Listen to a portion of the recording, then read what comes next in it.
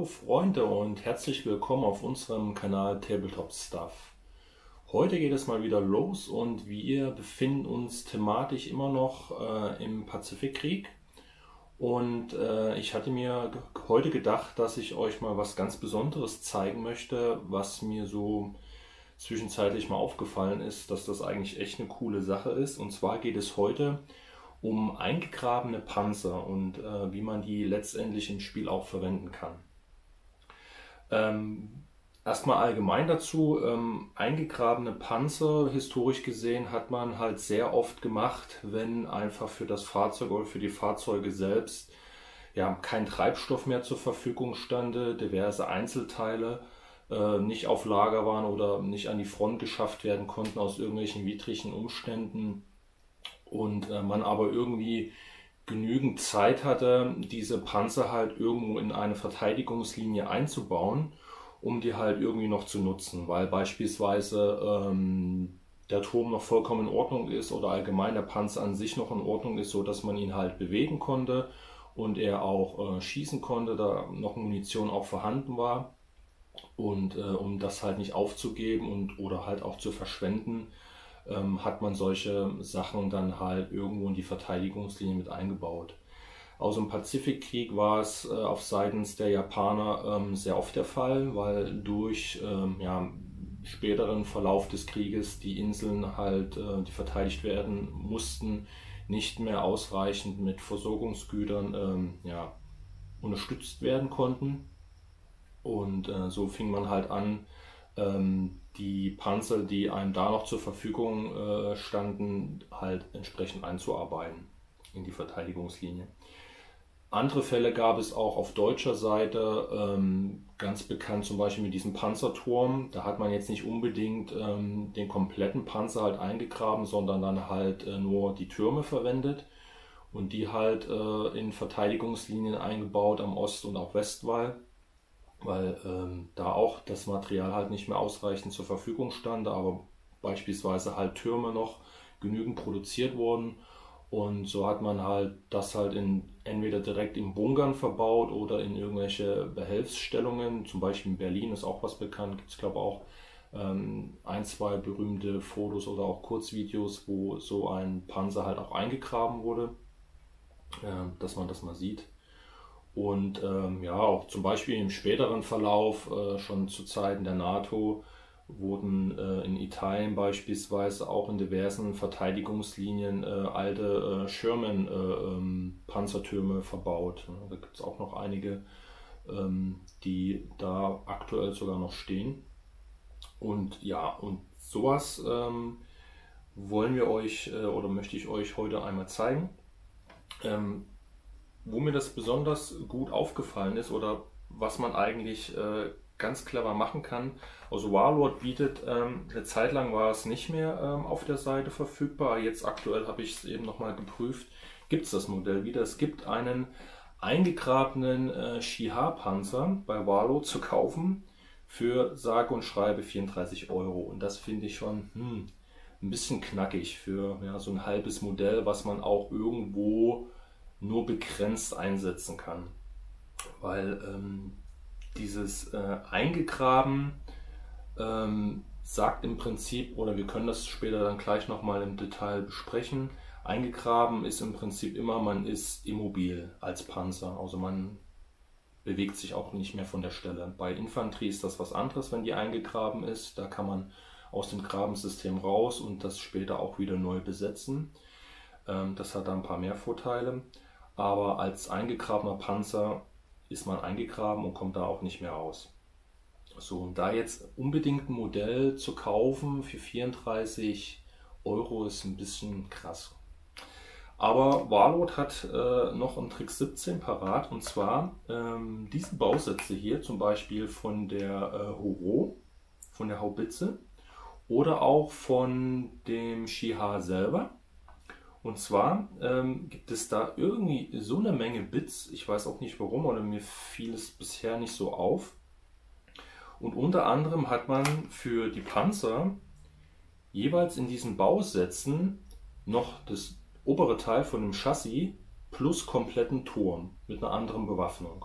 Also man kann sich beim Bau des Fahrzeuges ja entscheiden, zum Beispiel bei dem Ski-H, baue ich den regulären Ski-H mit der kleinen Haubitze und dem rückwärtigen MMG, oder baue ich den Ski-H Ski-Into, heißt der glaube, mit einer regulären Panzerabwehrkanone, ich glaube 47 mm ist das und gehört dann auch zum mittelschweren Panzer. Und hat dann halt jeweils ein oberes Teil von dem Chassis und halt nochmal einen kompletten Turm. Ja, und jetzt könnt ihr 1 und 1 zusammenzählen. Ja, dann verwende ich doch lieber das zweite Chassis plus Turm und baue mir da selber einen eingegrabenen Panzer, statt nochmal irgendwie 34 Euro auszugeben. Ich weiß nicht, ob diese Bausätze irgendwann mal angepasst werden, aber ich glaube, die wurden auch schon mal überarbeitet. Von daher besteht die Möglichkeit jederzeit, das zu machen. Und ich habe jetzt hier schon mal ein Beispiel. Gucken, ob ihr das jetzt hier gut erkennen könnt. Das ist jetzt zum Beispiel der Turm von dem Ski-H Ski-Into. Ich weiß jetzt nicht, ob der wirklich Ski-Into heißt. Irgendwas mit Ski-Into oder Ski-Hato. Müsste ich nochmal nachschauen, möchte ich jetzt nichts Falsches erzählen. Auf jeden Fall ist das der Turm mit dem 47 mm Geschütz, hinten noch das MMG. So, und habe hier noch den Panzerkommandanten drauf gemacht und mir jetzt hier halt eine kleine Platte genommen, eine kleine Base, und habe diesen Panzer als eingegrabenes Modell. Zusätzlich zu meinem regulären Panzer, den ich dann sowieso bauen kann. Ja, und ich möchte heute dieses Video im Prinzip einfach nochmal nutzen, um euch zu zeigen, ja, wie einfach ihr den jetzt bauen könnt. Und möchte dann auch nochmal ein bisschen in die Regeln eingehen für das Eingegraben, jetzt speziell für Fahrzeuge. Ich hatte das ja auch schon mal für die Japaner gemacht mit dem Spider-Horse, mit dem Spinnnetzwerk. Wenn ihr das Video noch nicht gesehen habt, dann blende ich euch das oben jetzt gleich nochmal ein. Dann könnt ihr euch das nochmal anschauen, wie ich die jetzt gemacht habe. Das ist jetzt auch zum Beispiel eine Einheit, die es ja so nicht unbedingt zu kaufen gibt. Es gab, glaube ich, mal ein Set bei Warlord, da konntet ihr so ein kleines Dorf, also verschiedenste Baracken und ich glaube auch einen Wachturm kaufen. Und da hatte auch Warlord ein paar Kleinigkeiten wie Fallen und so weiter reingepackt und auch, glaube, ein fertiges modelliertes Base mit so einem Spider-Hole Japaner. Aber das war, glaube ich, auch nur in diesem Set verfügbar, was es schon längst nicht mehr gibt. Und glaube, als die Japaner neu aufgelegt wurden bzw. neue Bausätze rausgekommen sind, da gab es die als so Frühbucher-Miniatur. Aber so gibt es die halt auch nicht zu kaufen. Und das ist in diesem Video da nochmal erklärt, wie ihr die halt bauen könnt, weil halt in diesen schönen Kampagnenbüchern, wie zum Beispiel hier Marina und Palau Island, habt ihr natürlich diese Regeln abgebildet und halt richtig coole Szenarios, wo man das alles mal spielen kann. Und ja, man kann Marker setzen, keine Frage, irgendwelche Marker hinlegen und damit spielen, aber ist halt nicht so unser Anspruch und vielleicht für viele andere auch nicht. Man muss jetzt natürlich nicht unbedingt Geld ausgeben. Wie gesagt, hier könnt ihr das auch so noch bauen, wenn ihr sowieso einen Panzer kaufen möchtet. Dann ist das total egal. Aber so, finde ich, sieht es halt immer noch mal schöner aus, wenn man jetzt ein Modell hat, eine entsprechende Verteidigungsstellung, und kann es halt auch so schön auf dem Spielfeld halt darstellen. Ja, dann würde ich nicht lange schnacken. Wir gehen jetzt eben direkt in die Anleitung, wie ich das Ganze im Prinzip gebaut habe. Und danach schauen wir uns einfach mal die Regeln an. Und dann würde ich sagen, let's go!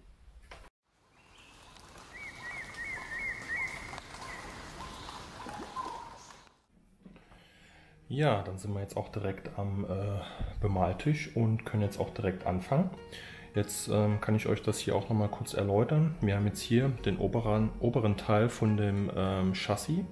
In dem Fall ist es jetzt hier der Ski-H. Also ich habe jetzt hier praktisch noch die Bits übrig gehabt, um jetzt hier einen Turm zu bauen für den Ski-H, wobei ich da ein kleines bisschen noch ein paar extra Bits verbaut habe. Hier oben das Stück von der, ja, ich glaube, das ist eine Antenne Die war da nicht mehr übrig, die habe ich jetzt hier verbaut.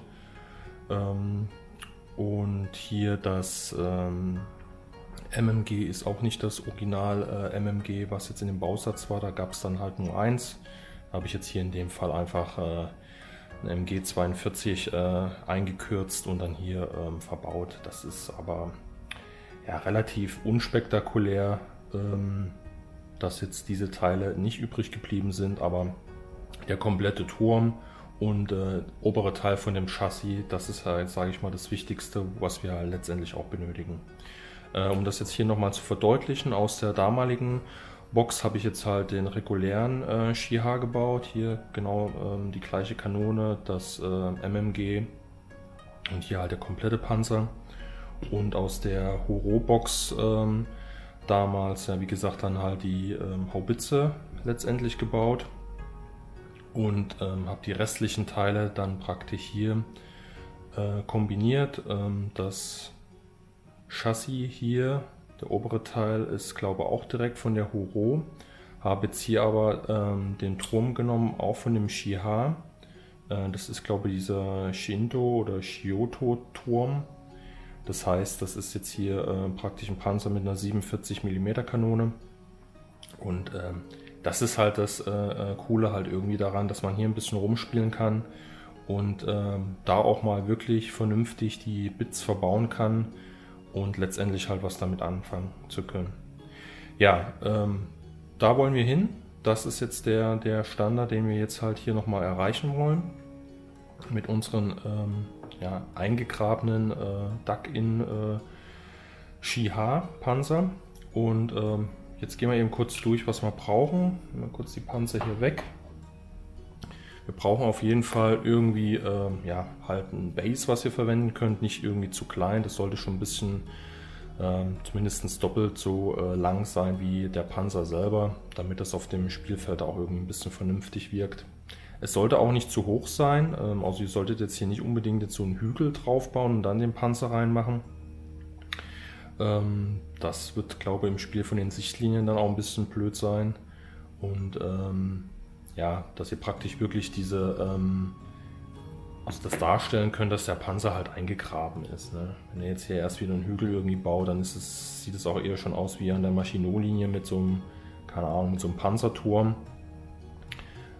Deshalb würde ich eigentlich dazu ran. Aber das ist, wie gesagt, Geschmackssache, da könnt ihr euch austoben. Ich habe jetzt das so gemacht.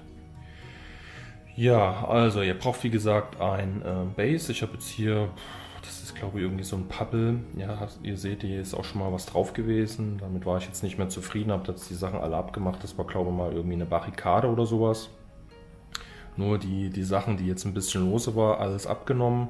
Und den Rest, den habe ich jetzt so drauf gelassen, weil ich jetzt hier sowieso gleich noch die Strukturpaste auftrage.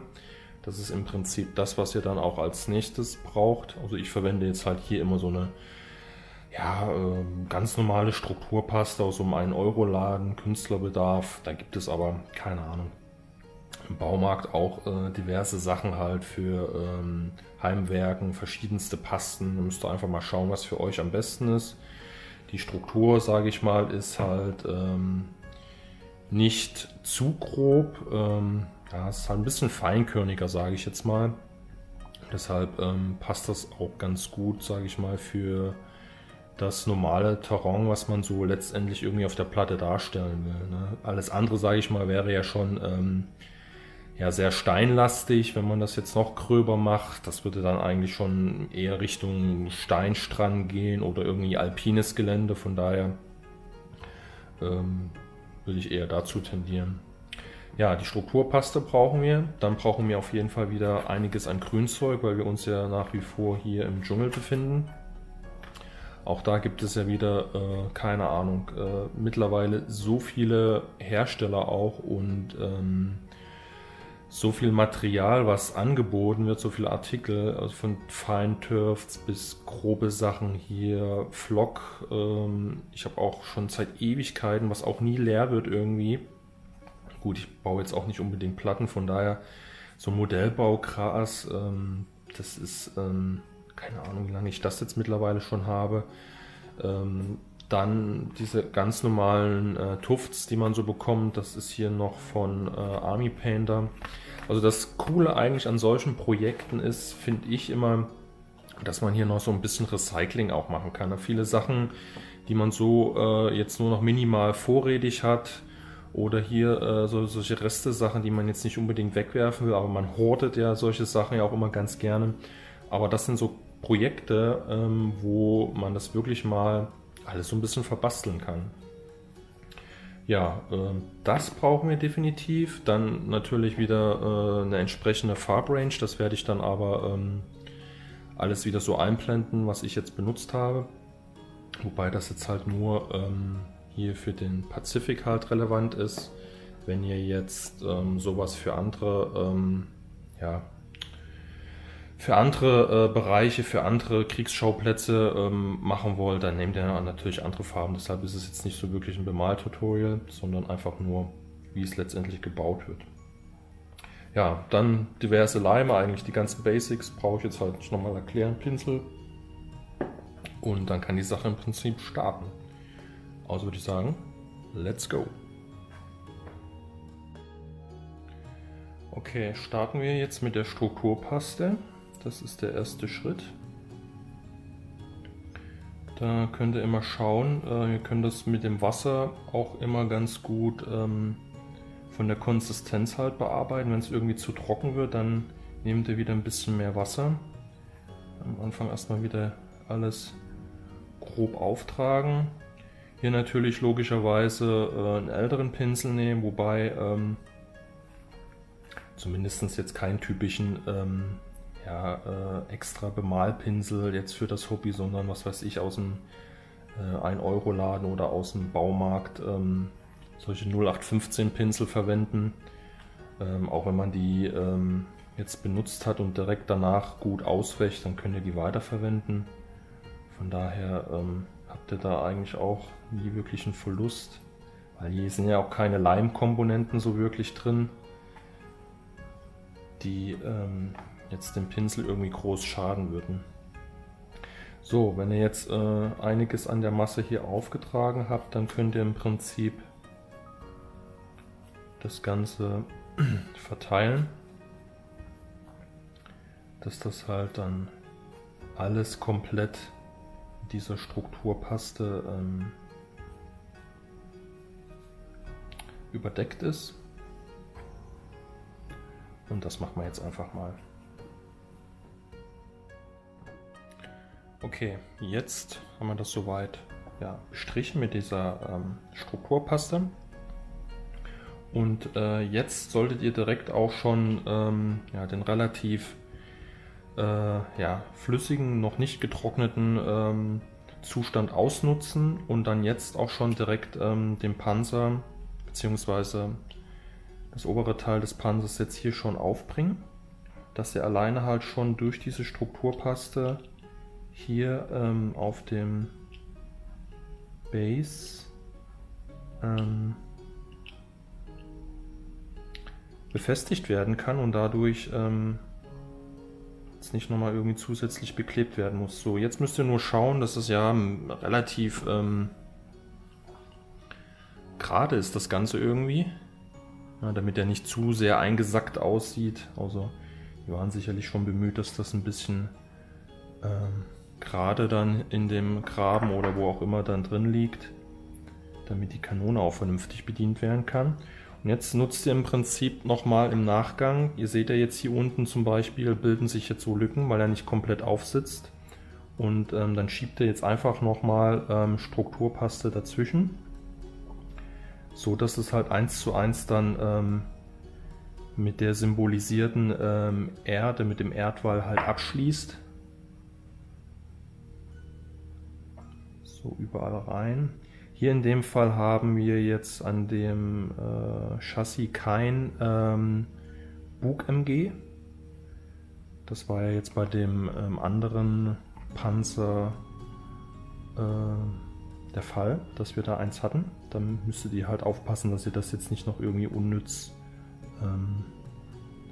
damit zukleistert, beziehungsweise das halt so den Erdaushub darstellt, dass das MG dann jetzt nicht gegen die Erde schießen würde, gegen den Erdwall. Das würde ja wenig Sinn machen. Ja, und ups, das ist jetzt halt das, was jetzt noch relativ zügig gehen muss, solange das hier nicht trocken ist, weil es trocknet schon relativ schnell, diese Strukturpaste, das muss ich schon sagen. Besonders wenn er jetzt halt in einem beheizten Raum arbeitet. So, es kann auch hier, hier und da auch einfach ein bisschen über das Modell drüber gehen, ne? Damit das halt auch wirklich aussieht wie zugeschüttet, ne? Dass man da auch versucht hat, halt Kanten zu vermeiden, wo es ging, ne? Weil Kanten, das ist ja, oder gerade Linien, das ist ja unnatürlich im Gelände und würde dem Betrachter dann natürlich auffallen. Gut, das wurde ja wahrscheinlich sowieso zum Teil noch mit abgetan zusätzlich, mit Buschwerk oder vielleicht sogar mit Tarnnetzen, je nachdem, ob man das zur Verfügung hatte. So, hier hinten haben wir noch ein bisschen was am Heck. So, das sieht hier schon ganz gut aus. So. Ja, und dann könnt ihr so allgemein nochmal gucken, ob das jetzt von der Struktur her passt. Ihr könnt wie gesagt immer Wasser nehmen. Dann könnt ihr das hier nochmal so verschieben, ein bisschen auseinanderziehen. So, dass da irgendwie nicht so hervorstehende Nasen nach oben hin sind. Weil durch die Erdanziehung fällt das ja immer nach unten. Von daher würde das auch ein bisschen unnatürlich aussehen. So. Ja. Wie gesagt, im Nachgang kann man auch immer noch viel mit dem Beflock, mit dem Grünzeug kaschieren. Das ist jetzt auch nicht das Problem, aber es sollte halt relativ natürlich aussehen. So, Pinsel, wie gesagt, den wasche ich gleich aus, damit das nicht total verkrustet. Ja, und so würde das jetzt hier im Prinzip aussehen, ne? Wir haben jetzt hier den Panzer. Gucken, ob das hier auch vernünftig fokussiert, das Ganze. So.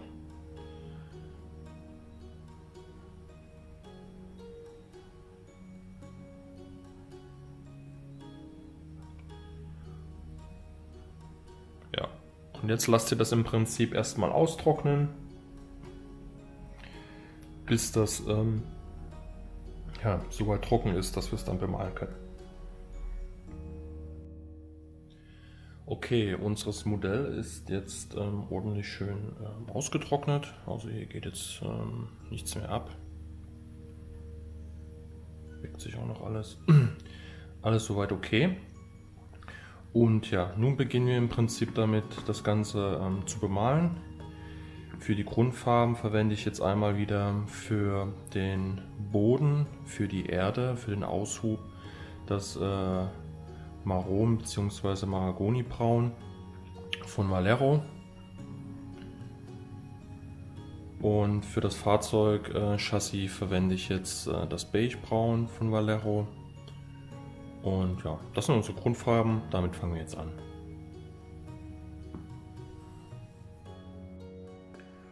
Die Schwierigkeit ist jetzt hier bei dem Erdboden, dass er wirklich halt schön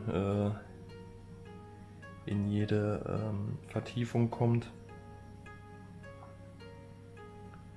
Natürlich durch diese weiße Acrylfarbe, das dann halt sonst schnell durchschimmern kann. Aber spätestens, wenn ihr das Ganze dann nochmal mit einem dezenten Wash überzieht, ist sowas eigentlich schnell ausgebessert. Gut, wer jetzt eine Airbrush hat, den empfehle ich dann solche großen Modelle ja, grundsätzlich mit einer Airbrush zu grundieren. Das geht A deutlich schneller, da bekommt ihr halt nochmal einiges an Zeit rausgeholt und B habt ihr nicht dieses Problem dann, dass ja, vielleicht irgendwelche Vertiefungen ausgespart werden. Wobei man sagen muss, man kann sowas immer gut kaschieren, wenn man später dann auch mit dem Flock arbeitet, mit dem Grünzeug, und sollte dann doch mal irgendwo noch was durchscheinen, dann gebt da einfach da an der Stelle halt das Flock drüber, dann geht das auch. Das ist halt, weil es jetzt eine ziemlich grobe Masse ist, die hier drauf ist, die natürlich uneben ist, die einiges an Vertiefungen hat. Und ja, klar, ihr könnt natürlich auch mehrfach mit Farbe rübergehen, das geht auch, ne? Also, aber man hat hier doch trotzdem den Anspruch, das relativ zügig zu bemalen. Ich arbeite da hier meistens auch gar nicht mit irgendwelchen speziellen Schichten noch von Farbe, außer jetzt auf dem Panzerchassis selbst, oder noch extreme Highlights ziehen oder solche Geschichten, weil es ist letztendlich eigentlich dann auch doch nur ein Marker. Ja, zwar ein schöner Marker, statt jetzt irgendwie einen Spielstein hinzustellen und dann sich vorzustellen, ja, das ist jetzt ein eingegrabener Panzer. Aber trotzdem übertreibe ich es jetzt halt nicht bei dem Bemalen von diesem Modell hier. Ja, das dauert jetzt noch ein Weilchen. Ja, jetzt haben wir im Prinzip das Modell einmal mit den Grundfarben bzw. grundiert, Grundfarben aufgetragen. Und jetzt geht es im Prinzip an das Camouflage, an den Tarnanstrich des Fahrzeugs. Da würde ich im Prinzip wieder genauso vorgehen, wie ich es hier bei den Horo gemacht habe. Oder aber auch bei einem bereits eingegrabenen Panzermodell würde ich die Tarnfarbe genauso wieder auftragen. Und es ist eigentlich relativ simpel. Ich habe im Prinzip hier schon eine Hauptfarbe und würde das jetzt noch ergänzen wieder mit Mahagonibraun und dann von Vallejo und dann noch von Army Paint, da habe ich ein Army Green, das gefällt mir eigentlich auch sehr gut vom Farbton. Und ja, damit werde ich jetzt solche länglichen Streifen dann aufbringen. Und ja, das ist der nächste Schritt. Okay, wie ihr sehen könnt, habe ich jetzt hier schon mal langsam angefangen mit dem Camouflage. Ich habe wie gesagt das Mahagonibraun hier weiter verwendet und gleichzeitig dann noch die Möglichkeit genutzt, um da wo halt wie gesagt noch weiße Schimmerungen durchkommen von der Erde hier, von der Strukturpaste, dass ich das gleich nochmal mit überpinseln. Deshalb gibt es hier noch einige feuchte Stellen. Und ja, jetzt geht es im Prinzip halt weiter mit dem Grün-Camouflage. Also mehr von dem Mahagonibraun werde ich jetzt hier nicht hinmachen. Ich werde dann die Linien auch noch verkürzen beziehungsweise ein bisschen dünner machen, indem ich dann halt hier an den Stellen mit den Army Painter Green nochmal drüber gehe. Das ist jetzt der nächste Schritt. Okay, jetzt bin ich mit dem Grün auch durch. Wie gesagt, habe jetzt hier nochmal immer am Rand der Farbe jeweils an dem Mahagonibraun bin ich hergegangen und habe das Grün noch aufgetragen. Und jetzt haben wir halt 3 Farben, die ungefähr zu gleichen Teilen jetzt aufgetragen sind. Wir haben halt immer noch die Grundfarbe, praktisch das Beigebraun. Wir haben das Mahagonibraun und wir haben das Army Painter Army Green. Und ja, hier auch an der Seite von dem Turm.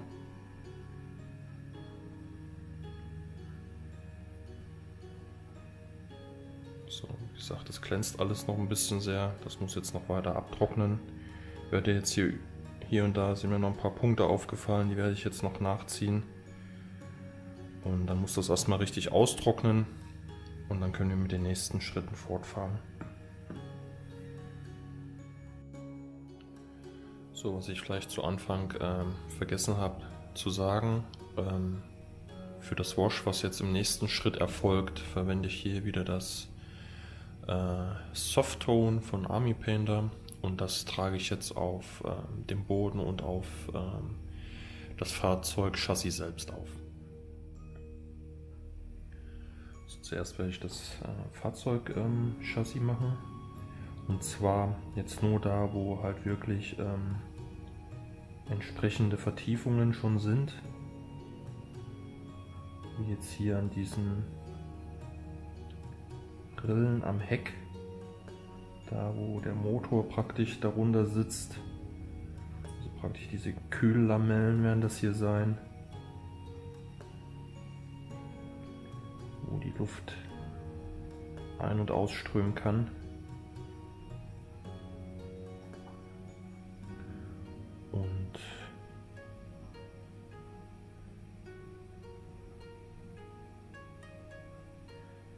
Auch ringsum irgendwelche Vernietungen.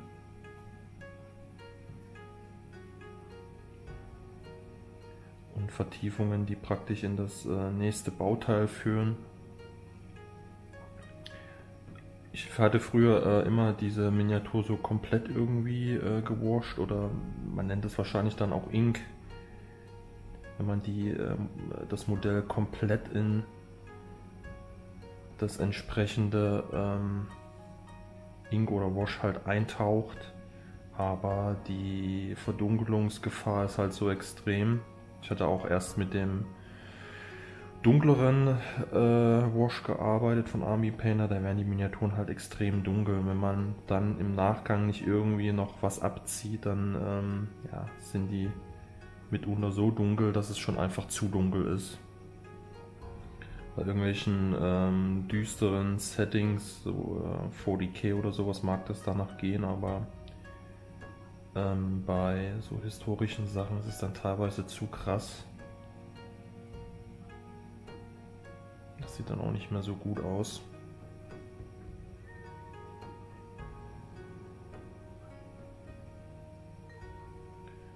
So, wie gesagt, um die ganzen Vernietungen hier an diesen Scharnieren für die Klappen und hier an den Kanten.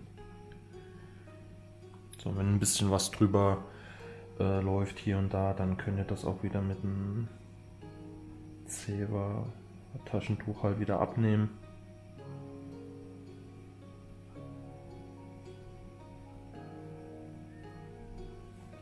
Später werden wir dann noch ein paar, so eine Art Lackabplatzer oder Schmauchspuren oder sowas aufbringen mit so einem Blisterschwämmchen.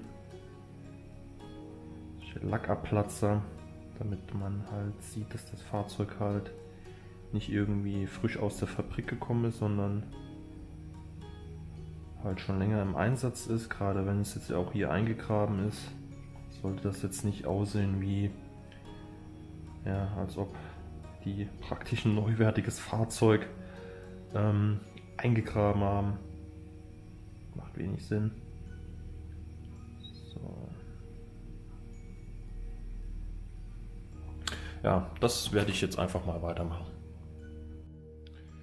Okay, jetzt ist das hier relativ gut ausgetrocknet. Ich hatte mich jetzt bei dem Wash dann hier für die Erde dann doch für das Darktone hier entschieden, weil danach bürste ich das sowieso noch ein bisschen raus mit einem hellen Beige, und weil das war mir dann doch ein bisschen zu hell und hatte sich jetzt nicht so abgehoben von dem Panzer, und so finde ich das ein bisschen besser, zumal der Boden im Dschungel auch meist etwas dunkler ist. So, was ich jetzt auch noch vergessen hatte ich jetzt eben gerade noch kurz gemacht, war das MMG. Das habe ich jetzt nochmal mit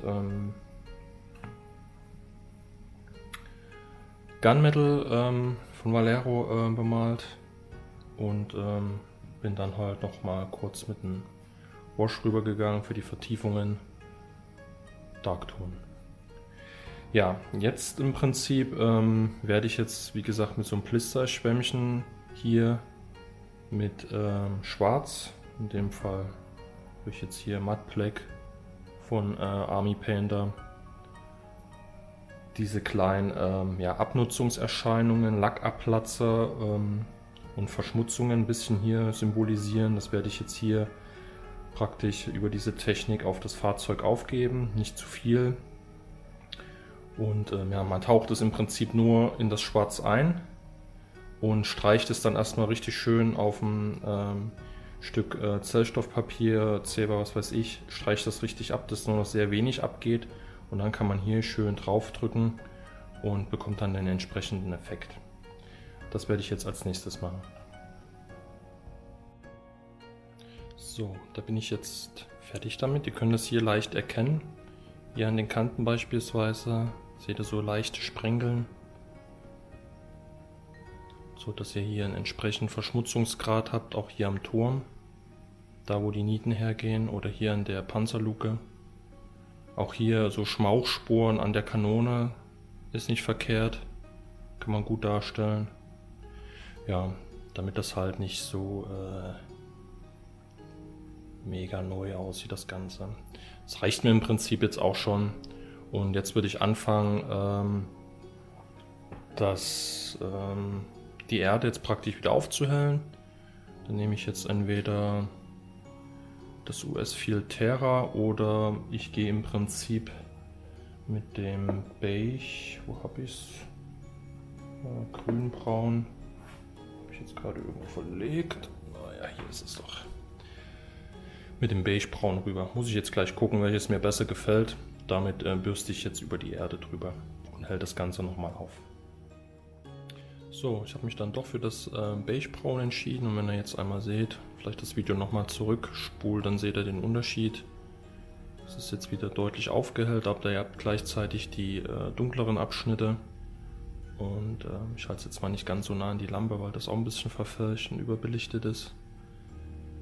Aber so sieht das Ganze jetzt aus. Ich habe jetzt hier und da beim Panzer noch ein bisschen Wash bei einigen Nieten drüber gegeben, die ich vergessen hatte. Aber ja, so sieht das Ganze jetzt im Prinzip aus. Der nächste Schritt wäre dann wieder ja, unser Mattlack, den ich dann halt wieder mit Wasser verdünne, weil auch der Mattlack zum Teil ja, glänzend wirken kann, wenn zu viele Lackanteile drin sind. Deshalb lieber mehr Wasser benutzen. Und ja, das ist der nächste Schritt. Das komplette Modell wird jetzt hier praktisch damit einmal versiegelt. Und ja, das werde ich jetzt machen. So, das ganze Modell ist jetzt einmal eingepinselt mit dem Mattlack. Das muss jetzt, wie gesagt, gut austrocknen. Und damit sind wir im Prinzip jetzt mit dem Modell eigentlich schon komplett fertig. Und jetzt geht es dann nur noch an die Begrünung. Das wäre dann der letzte Schritt mit den verschiedenen Tufts, Turf und Grasbüschel und was weiß ich nicht alles. Da können wir jetzt dann im nächsten Schritt weiterarbeiten. Und wie gesagt, dem Ganzen müsst ihr jetzt wenigstens mal ein paar Stunden jetzt Pause gönnen, damit es richtig durchzieht, richtig trocknet. Und dann könnt ihr euch im Abschluss dann nochmal das Modell angucken, ob jetzt irgendwo Lücken sind. Jetzt hier gerade in dem Bereich mit der Erde, da ist es aber meiner Meinung nach nicht nötig, nochmal irgendwie mit Farbe oder so ranzugehen, sondern das könnt ihr dann mit dem Grünzeug entsprechend kaschieren. Das sollte dann kein Problem darstellen. So, wir lassen es trocknen und sehen uns in der nächsten Szene. Ja, wie ihr jetzt erkennen könnt, ist das Modell jetzt gut durchgetrocknet. Ich habe, wie gesagt, das restliche Flock, die Begrünung aufgetragen. Hier, wie gesagt, so ein bisschen Gras, ein paar kleine Sträucher und etwas größere Büsche. Also ich würde hier empfehlen, jetzt keine ja, größere Vegetation oder höhere Vegetation aufzubringen, weil A, das Ganze erst relativ frisch hier ausgehoben ist, so würde ich es jetzt zumindest deklarieren. Und es soll ja auch nicht die Sichtlinie jetzt von dem Panzer verdecken. Und ja, deshalb würde ich dazu raten, das relativ human zu halten. Wie viel ihr letztendlich draufbringt, das ist dann euch überlassen. Ne? Nur möchte ich hier natürlich noch ein bisschen was von dem Boden sehen, von der Erde und wie der Übergang halt ist. Ihr könnt aber natürlich auch alles Gras machen, oder wenn ihr Wüste habt, ist natürlich kaum irgendwas grün. Und ja, wie ihr erkennen könnt, haben wir jetzt hier praktisch zwei schöne ja, Modelle, eigentlich ja letztendlich große Marker, die wir jetzt verwenden können für die Dug-In-Regel. Und ihr habt jetzt praktisch zwei Modelle noch bauen können, jeweils aus dem Bausitzen von der Horo und von dem Shiha. Und das finde ich schon mal eine richtig krasse Sache. Und wie gesagt, wenn ihr seht, bei Warlord Games würde dieses Modell jetzt 34 € kosten. Gut, es ist wahrscheinlich ein Resinklotz, aber ihr müsst ihn genauso noch bemalen. Ihr braucht genauso noch zumindest hier Turf, die Farbe. Ja, weiß ich nicht, rechnet sich halt irgendwo nicht. Und hier baut ihr ja sowieso das Modell, wenn ihr ein Fahrzeug braucht, benötigt, kaufen wollt, dann habt ihr das halt mit dabei. Ne? Aktuell ist es so, ich weiß wie gesagt nicht, ob die Bausätze jemals irgendwie nochmal angepasst werden, damit das halt nicht funktioniert. Aber aktuell ist es so, vielleicht auch bei anderen, ich weiß es jetzt nicht. Bei den deutschen Fahrzeugen habe ich halt viel diese Resinklötze gehabt oder Zinnmodelle. Deshalb weiß ich nicht, wie da so die Kombination ist, ob das womöglich auch bei anderen Panzern möglich ist von anderen Fraktionen. Da müsst ihr einfach mal schauen. Ihr könnt das auch gerne nochmal bei diesem Video unter die Kommentare schreiben, falls da jemand Interesse hat, dass derjenige halt Bescheid weiß, okay, da könnte ich sowas halt auch machen. Wie gesagt, würde sich anbieten für Ost- und Westwall auch diese Geschichten, oder Operation Zitadelle damals bei der Sowjetunion, die auch sehr starke Verteidigungslinien gebaut haben, wo auch so T-34 Panzer mit eingegraben wurden. Da könnte man sowas auch gut machen, und wenn das Modell von Warlord das zum Beispiel auch anbietet, der Plastikmodellbausatz, dann ja, könnte man das halt machen.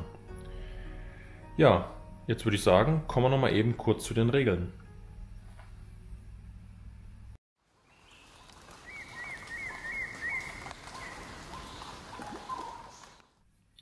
Ja, kommen wir zuerst einmal direkt zu den Punktekosten. Also ihr würdet im Prinzip für einen Dug-In-Panzer genauso viele Punkte bezahlen müssen wie für einen regulären Panzer, der noch mobil ist. Ihr werdet, wie gesagt, immobil. Ihr könnt euch nicht mehr aus dem Graben oder aus dem Loch heraus bewegen oder wieder hereinfahren. Das funktioniert nicht. Wenn der Panzer eingegraben ist, ist er eingegraben. Aber der große Vorteil ist, ihr bekommt harte Deckung. Das heißt, dass ihr um -2 schlechter getroffen werdet. Und ja, alleine das ist ja schon mal keine schlechte Sache.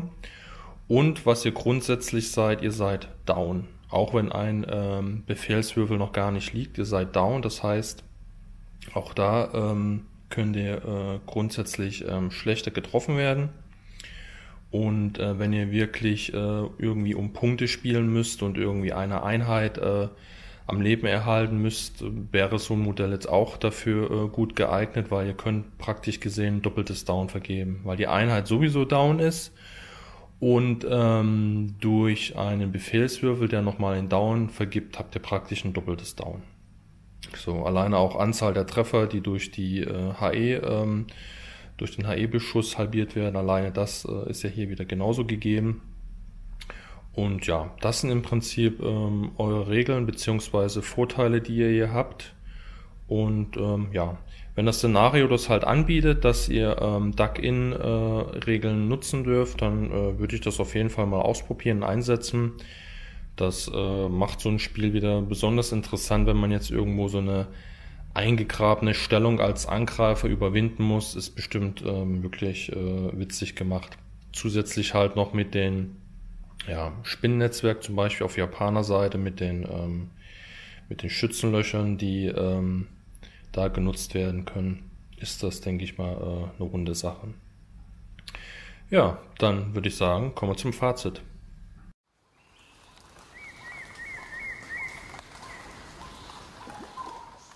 Ja, Freunde, das war's im Prinzip jetzt mit dem Video. Ich hoffe, euch hat das gefallen, dieses kleine, naja, sagen wir es mal, Mischung aus Tutorial, Einheitenvorstellung und ja, Modellbau. Keine Ahnung, wie man es betiteln möchte. Aber ich wollte euch das, wie gesagt, auf jeden Fall mal zeigen, dass ihr so eine Möglichkeit habt.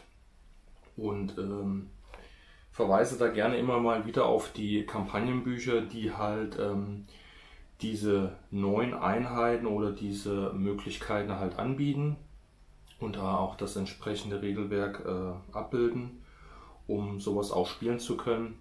Und wie gesagt, die Situation, dass ich dieses Modell bei Warlord Games gesehen habe für 34 €, ja, hatte mich halt dazu animiert, das halt einfach mal zu zeigen, was möglich ist.